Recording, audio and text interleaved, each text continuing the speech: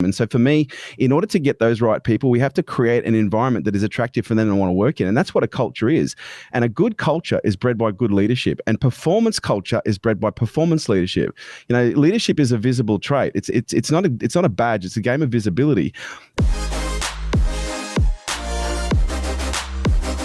And at the end of the day, I think when it comes down to talent, culture is everything, because this is one of the things that I've observed about very talented people. In most cases, they're not doing it for an extrinsic factor. They're doing it for not doing it for an extrinsic factor. They're doing it for something that is intrinsically driven. And so for me, you know, I want to make sure that I align with people that are ideally looking to do things because they want to be better. And that's what mastery is. You know, mastery is the pursuit of being better. And so for me, when it comes to talent, and you know, in this question specifically, it's how can we assess what good talent is very quickly in the hiring process to ensure that this hasn't been a waste of time. And so for me, in order to get those right people, we have to create an environment that is attractive for them to want to work in. And that's what a culture is. And a good culture is bred by good leadership. And performance culture is bred by performance leadership.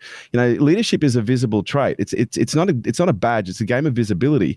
And so for me, if you want a high performance team, first of all, you have to create an environment where it's very welcome. But secondly, there needs to be a benchmark and an example that is set by someone, ideally the CEO, who is consistently demonstrating a set of values that are performance-based values, but it's evident in the way that they talk, you know, the way that they walk, the way that they show up, the way that they complete. And that then becomes the benchmark for us to leverage on and go, well, hang on, you know, because if I'm not willing to do something, then that gives someone permission to, you know, essentially take the same position.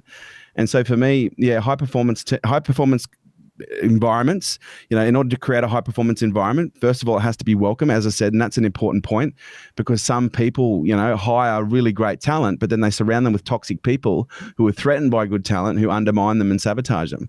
And so that to me is, again, it's an aspect of the culture and what's acceptable and what the standards are, which will determine the level of trust and how well people perform. But if you don't have a high performance leader, you're not going to have a high performance team in most cases, unless you have high performance, you know, leaders within that team.